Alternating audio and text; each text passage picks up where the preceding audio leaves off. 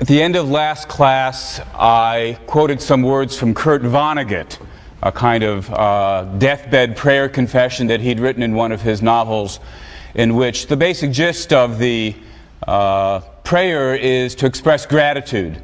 However, whatever the content of your life, the fact that at least you've been able to live it all. As he put it, most mud isn't lucky enough to sit up.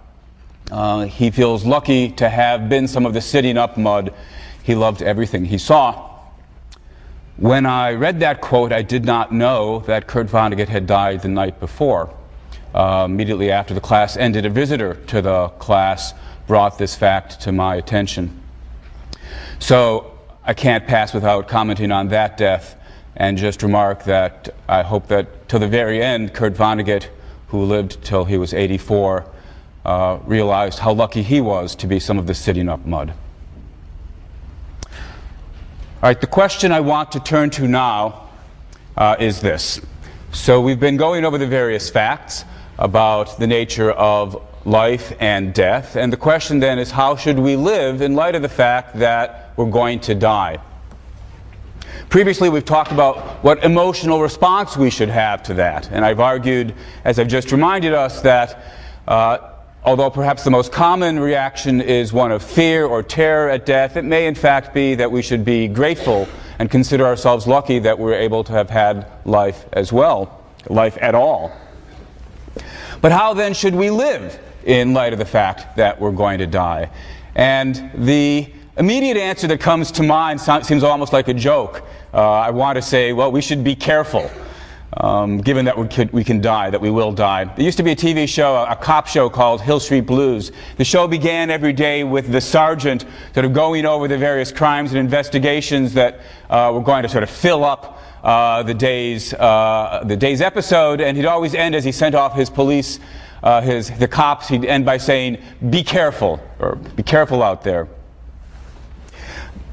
But the particular kind of care that I have in mind isn't just the sheer fact that, if you're not careful, you won't notice that the car's coming down the street and you'll get hit by the car and that'll be the end. The fact that we're going to die intuitively seems to require a particular kind of care because, as we might put it, you only go around once, right? You don't get to do it again. And so it seems as though the fact that we're mortal, the fact that we've got a finite lifespan, requires us to face the fact that intuitively we can blow it. We could do it wrong. Now the nitpicky part of me wants to point out that it can't be mortality per se that has this implication. Even if we lived forever, we could still do it wrong. After all, whatever it is you filled your life with an immortal, infinite life, there's still going to be the particular pattern of actions and activities that you engage in, and that particular pattern could still be one that wasn't the best pattern that was available to you.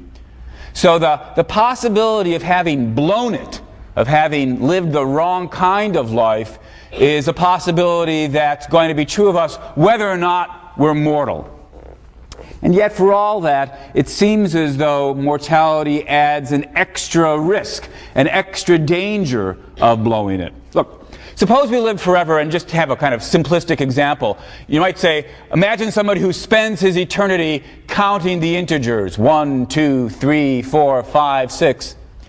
Well, that might not be as valuable as an eternity spent doing something else, let's say doing more complicated math.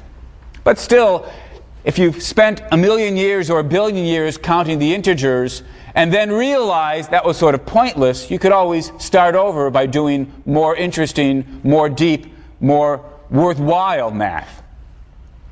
The immortality gives you a chance of starting over, gives you the possibility of do-overs.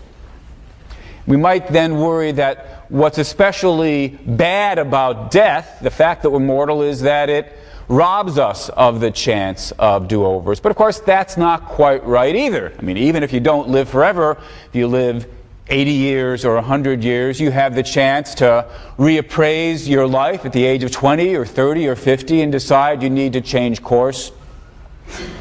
So it's not exactly as though the possibility of do-overs disappears by death itself, via death itself. Still, the thought that death comes when it does seems to push us in the direction of thinking we've still got to be very careful.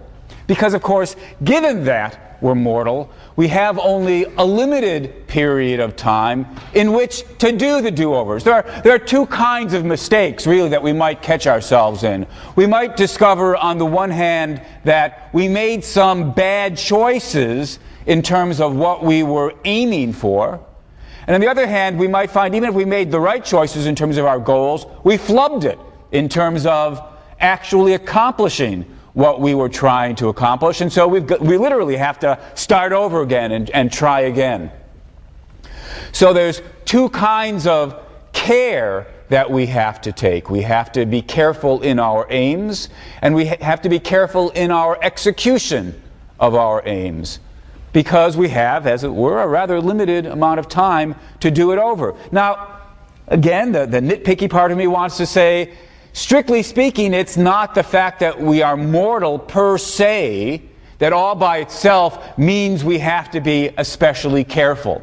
After all, suppose there just weren't all that many things worth doing. And suppose they weren't all that complicated, all that difficult to do well. Suppose there are only 5 things worth doing, and even if you couldn't necessarily do every single one of them right the first time out, at most it would take 2 or 3 tries. And by a try, I mean maybe an hour or 2. Well, that would be a pretty impoverished world that could only offer us that much. But after all, if that was the way the world worked, and we had 100 years, we wouldn't really have to worry all that much about being careful.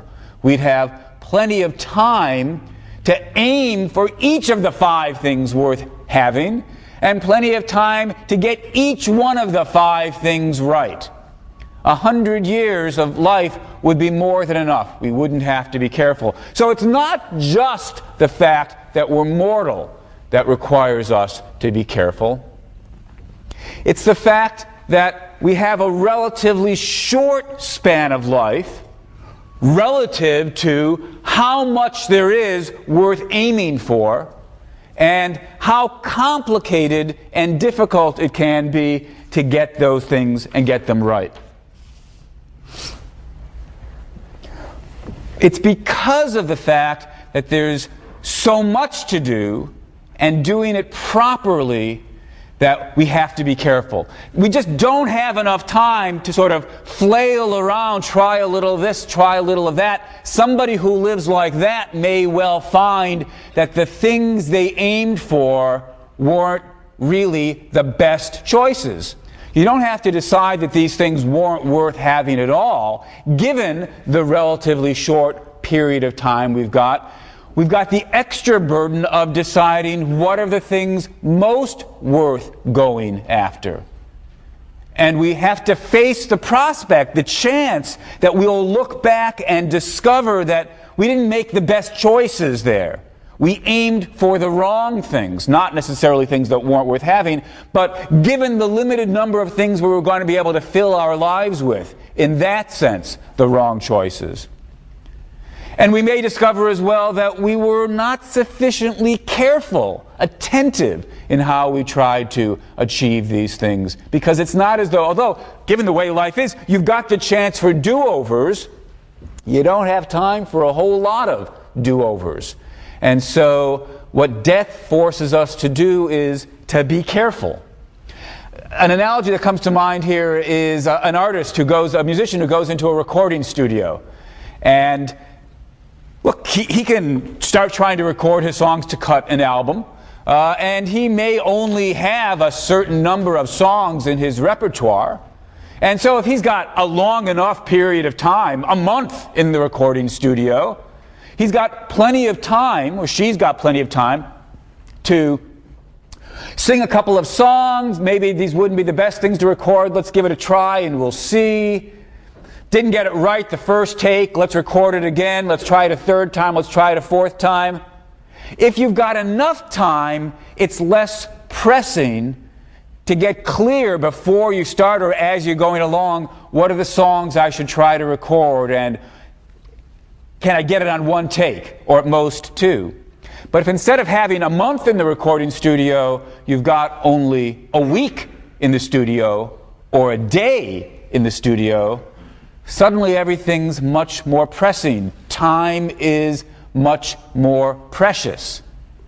You've got to decide early on just which are the songs that it makes sense to record. And yeah, there are some other songs, but these seem to be the better choices. And when you record them, you can't be as careless and inattentive as you try to get them down. You've got to try to get it right the first time, or at worst, the second time.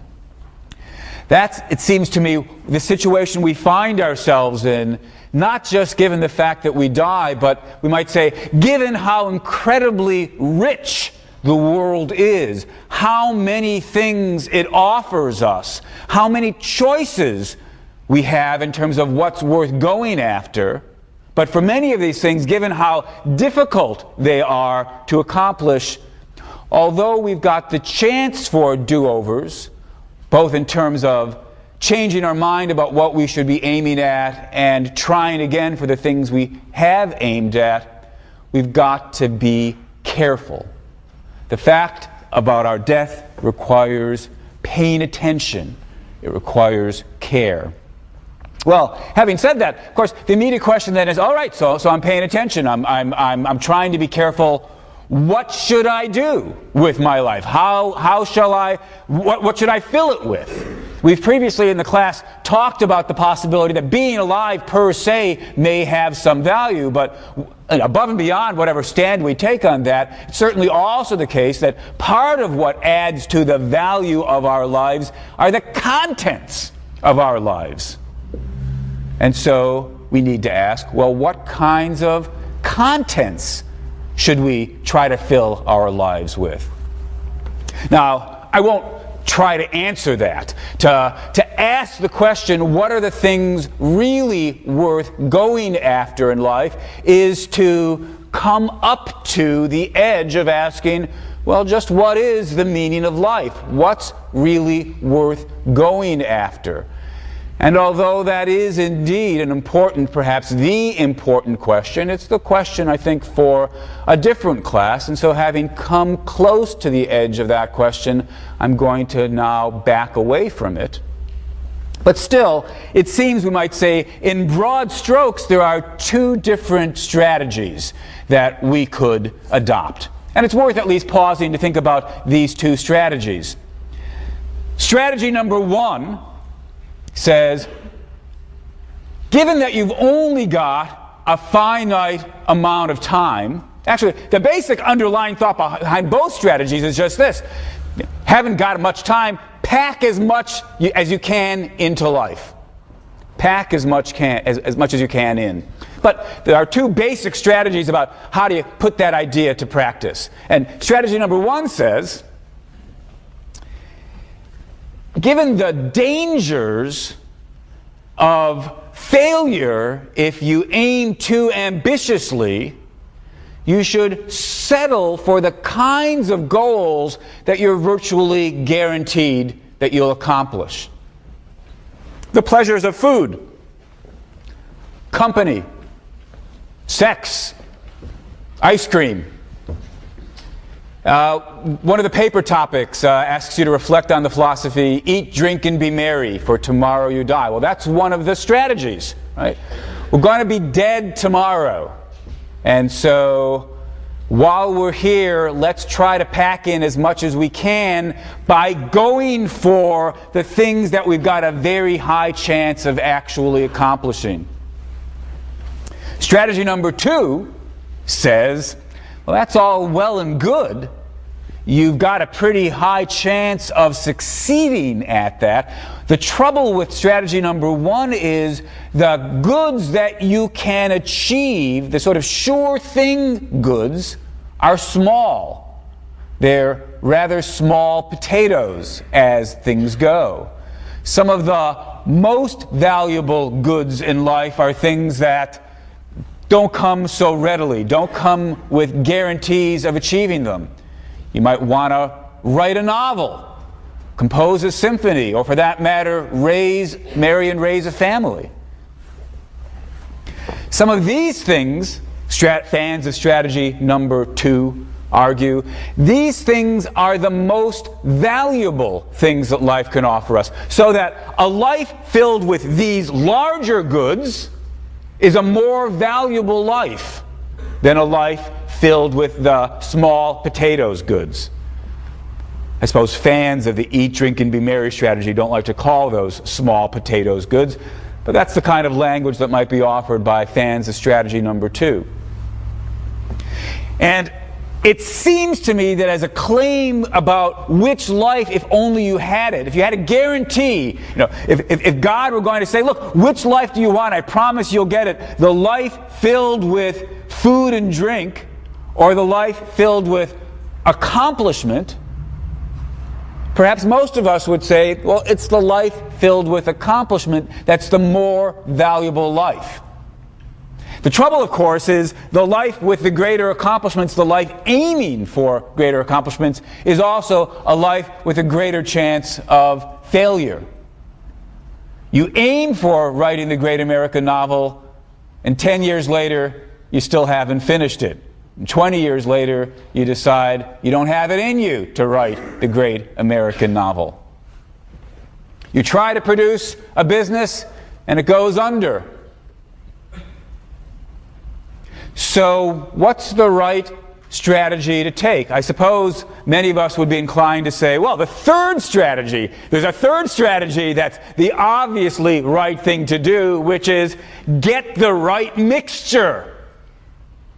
Aim for a certain number of, what should we call them, large potatoes.